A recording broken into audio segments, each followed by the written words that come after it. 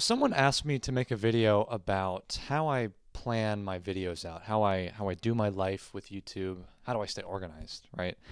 And I think this is a really good question. And I honestly haven't thought about it that much because I'm kind of lack thereof when it comes to organization, but I still wanted to explain how I do things, and maybe if you're trying to be a creator or just any hobby, maybe you'll get something out of it. So just to, get a foundation of where I'm at, a lot of people wonder if I do this full time. And I do not. I have a full time job still. I work from home, which helps tremendously. And so I'm able to bounce between my job and YouTube because it's all just in the same room at home. And, that I think is an enormous blessing. And I think a lot of people, they look at what other creators have done and they're like, well, I just got to go full time. I got to go for it. But you got to consider the fact that we all have different foundations to work from. And if I had some construction job, which I used to have a job like that, and I was working all day and I was tired when I came home, I don't know if I would have the motivation to do it. So, first things first is consider the foundation. But when it comes to actually coming up with video ideas and the ideation process and how do you get started, I really don't have a plan, dude. Honestly, I just whatever comes to me in the moment. If I have the passion and the drive for that, video idea at that time, then I'll do it.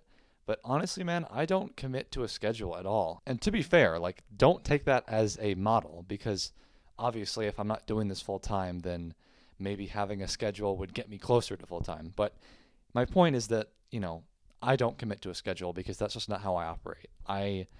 When it comes to creating ideas for videos, I can't just, be a conveyor belt that I'm just constantly spitting them out because most of the ideas suck that I come up with. But I do think about YouTubers like Mr. Beast is a great example where he is just on his game and he is always going, he's always creating something and that's just what works for him.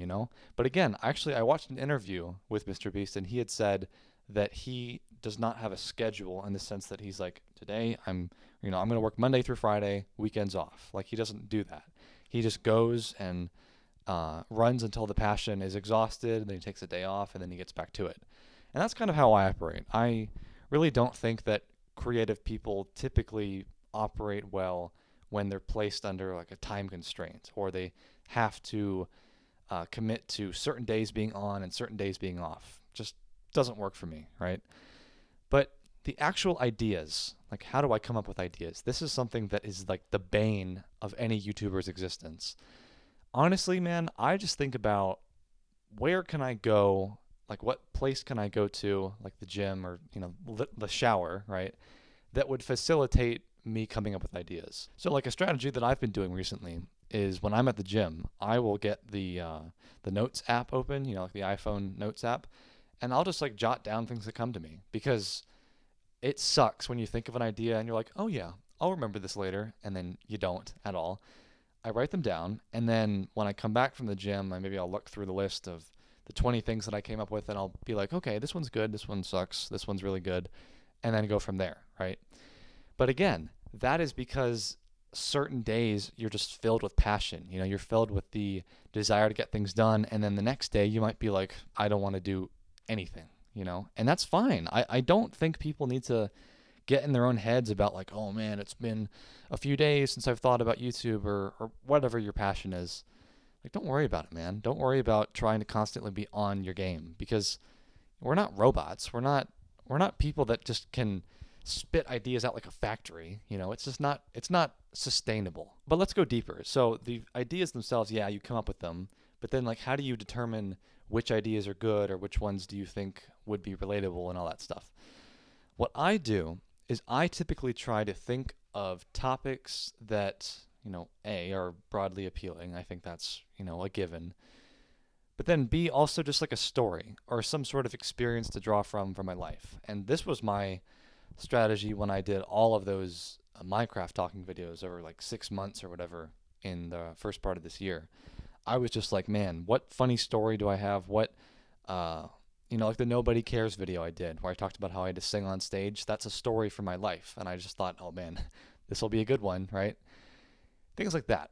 But the problem with doing that strategy is that, like me, I'm 22. If you're young, you only have so much experience to draw from, right? And after a certain while, you have to think about maybe someone else's experience. So, a video that I did yesterday is that I was talking about my girlfriend's experience with making friends, or my sister's experience trying to get jobs, like job interviews, right? Because I only have so much to talk about. And eventually you have to start considering, going outside of the box and thinking about other people's lives. So I've been trying to think of topics that are relatable, broadly appealing, and also just kind of maybe a little bit goofy. Like I posted a video today about a made-up language that my friends and I have called Kwanji, right? And I feel like, yeah, it's weird. It's a little bit strange, but I'm trying to offer up ideas to people that are, it feels like you're coming from a real person. It's not some like perfectly curated robotic creator that has no personality at all. I feel like the more personality that you can offer, the better. And I think that there's a wave of YouTube coming back to the old style where people are just kind of in their rooms in a cozy spot talking about something, or vlogging used to be a big thing, and I think that will come back in a certain way, maybe a little bit differently, but just getting to know people and feeling like you have a connection to a creator and beyond just like the brand. I feel like people get so wrapped up in the fact that everything has to be perfect, their ideas have to be perfect. And I mean, if you do want to be full time and you do want to make money on YouTube and all that, then yeah, you need to have a certain amount of scheduling and discipline. And I would benefit from that, I'm sure. But go with your gut and know what kind of person you are. And if you're not the kind of person that can sit down 8 hours a day, Monday through Friday or whatever, and always be producing, then don't do it.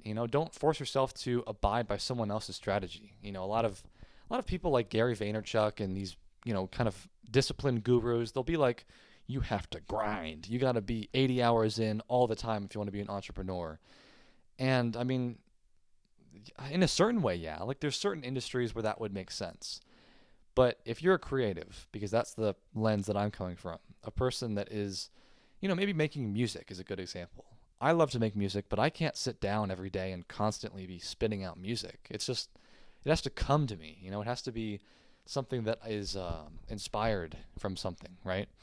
So I know that was a lot of YouTube, a lot of creative stuff, a lot of entrepreneurial stuff, but I do think that this can be applied to any part of your life. Just recognize when a certain strategy for someone else is not the thing that will serve you best. And if you're struggling to think of ideas, maybe go to the gym and maybe take a shower. I don't know. Try to mix up the environment that you're in so that you will be better suited to create good ideas, right? Because I'll often be struggling for an idea and I've just been stuck in my room all day and I'm like, man, I just need some fresh air. I need to just get out.